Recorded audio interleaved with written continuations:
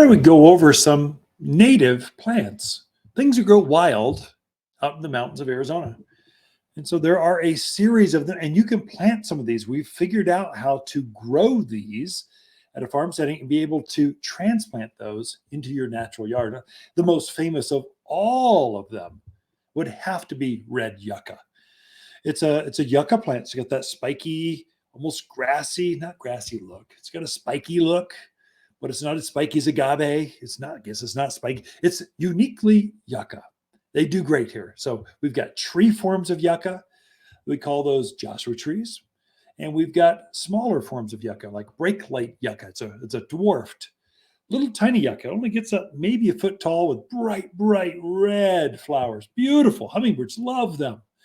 To red yucca, the standard that started the whole yucca thing. There's lots of yuccas here. Red and yellow yuccas. So those get up about just shy of knee high. They get pretty big with flowers that hover about just above waist high with bright red flowers, bright yellow flowers. Hummingbirds just love them. And so these are plants you can put out there and probably water them by hand, get them started, and then let them go. And let them go by themselves. It's going to take, here's the problem people get into. They go, I'm going to go native plants. That way I'd never have to do anything with them. Well, that's true once they're established. But to take a 2-gallon, let's say, ceanothus or manzanita, and then plant it in the yard, the roots are all within that bucket. You've got to get those out into the surrounding soil before it's hardy enough to go by itself. And so that takes about 2 growing seasons. So you want to be more thorough, get it ready, kind of nurse it along until it is mature enough to go by itself. I would say that's especially true for your bigger things like desert willow. That's a great big tree, gets up 18 feet tall, kind of a vase-shaped, beautiful pink flowers or burgundy flowers, comes in a couple of colors. Again, hummingbirds love this thing. I would say Arizona cypress. It is a native. It's got the word Arizona in it. There's wild entire forests down towards Kirkland, Baghdad, those areas. They're just wild. You know they're going to do well, but they need to root out first. And that's going to take a couple seasons. So you need to get through this year and probably the next growing season, and then they can go by themselves. Here's what I do. I push my natives so they grow fast because they're kind of slower. They're on the slower side of growing. So they're native, but if you juice them, you give them water and food, you can really get them to go pretty fast, especially your bigger like spruce and cypress, cedars, deodar cedars. Oh my gosh, these things are really fast. I'll push them. I'll fertilize them more. I'll water them more until they get up to size. And then I go, thank you. It's been a good ride. You guys are on your own. So I let them go. But I want them up to size first. Silverberry. This is the native plant. What's the native of that? Agnes is the Latin name of that. So silverberry is a evergreen shrub. I think it's the similar size as a red-tipped photinia, but red-tipped photinia is not native. It's the one with that great big red growth to it. It's not a native. It grows fast. It's pretty hardy, but it gets mildew. Deer eat on it. Rabbits eat on it. It's not going to be long-lived. Whereas silverberry, it's again head high by as wide as your arms are, kind of thick all the way around, super leathery leaf, bright shiny leaves, fragrant flower. Nothing eats it. It doesn't get any diseases. No bugs go after it. It's easy to grow. And once you get it up to size, never have to water it again. It's a bulletproof. So there's several native plants like that, but you've got to get the roots. The mistake people make, they throw them in and go, now go and thrive. And they never feed it or water it. They go on that cruise to the Panama Canal for a month and a half, and they come back and their native plants died. Hey, I thought these were native, because they didn't have a chance to root. Your planting technique is similar to what I shared earlier. That's, you really want to make sure that planting hole drains. So native plants are really, really sensitive to soggy, wet soil, heavy clays, caliche layers. They don't like that. And so you want to make sure when you dig that hole where you want that new native, have lots. Have a whole hedgerow of Arizona cypress. It'll be beautiful. It'll block the wind. It'll get rid of the neighbors. It's a great screening plant. But make sure that when you dig that hole, it drains or perks. And a quick test of that. This is especially important for you folks out that Coyote Springs, Paquito Valley, all the way up to Paulden, that big old valley, just solid clay. And caliche is just, I'm surprised anything grows there but grass, but there's some beautiful landscapes out there.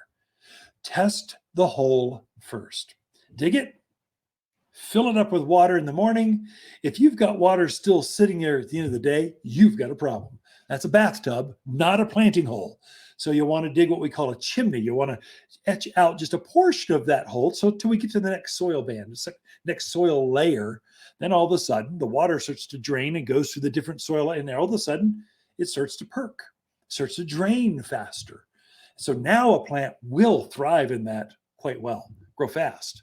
Another quick technique too that I found, this is, again, Lisa and I had our first house just out by Coyote Springs, that area. It's back in the 90s when all the roads in Prescott Valley were dirt. There weren't many houses. We were all on septic fields. They gave us water and power, and that was it. The rest was on you. I missed those times, actually. I loved Prescott Valley back in the original days. So anyway, I digress. There, I actually had to leave a portion of the root out of the ground, especially on the native stuff. Arizona cypress, my spruce, the evergreen things were really sensitive to over watering with a heavy clay soil. So I just started leaving about 2-3 inches of the root out of the ground. Then I was slightly I'd mound the soil up to and just cover that root ball that had left out of the ground. It ensured that at least 2-3 inches of the root could breathe, no matter how the monsoon rains, no matter if the irrigation broke, no matter, it could breathe. And it dropped my mortality rate like that, just to nothing. And so that technique will work for you too if you've got heavy clay soil, or you're just using natives a lot. They're so sensitive. Don't dare try to plant a manzanita or a cacti out there. Let's say a beautiful prickly pear, purple prickly pear. They're gorgeous. Or a new cholla cactus. You're going to put that out there and it's going to have heavy clay soil. It will not be happy. It'll turn yellow. So it'll start to lose pads. You'll wonder what's going on. It's not thriving in that heavy, thick soil. So it's a technique that can, and no one will see that mound except you from a distance. It's just very slight. Put your water basin around the outside of that, or put your dripper on top of the mound, and guaranteed you'll have better success. But when you plant them, don't just chuck them in the ground. Make sure the hole perks. Make sure you've got all the chunky rocks and debris out of there. It wants smaller particles around its roots. It is going to want some composted material. So you want to add some mulch or composted mulch around that into your soil. It attracts the worms. It keeps the soil from compacting right back down on it so the roots can get through faster, better. Fertilize everything, no matter, even a cactus.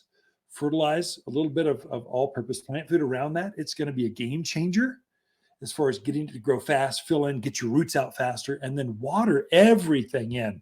If you're gardening now, you should get a gallon size. I just took a gallon of Root and Grow home with me. It's for transplant shock. It's a great fertilizer for houseplants, containers, but really what it's designed for, when that plant is in that new home, it doesn't know what to do. Should I root? Should I die? I'm just not sure. Trying to figure it out. It helps it just kind of, let me just caress your roots with some compost tea, and just once you sit there, just think about it for a minute and then root. Just start rooting. It's all about the roots when you first get out there. So you can put natives in. We've got lots of bear grass. That's wild grass out in Prescott Valley. Beautiful white flower. All of the yuccas, a lot of the ceanothus, a lot of the perennials, gaillardias, beautiful, salvia, autumn sage, this red flower, just the hummingbirds love. All those native plants are beautiful right now in bloom and can go in the ground. Be right back after this.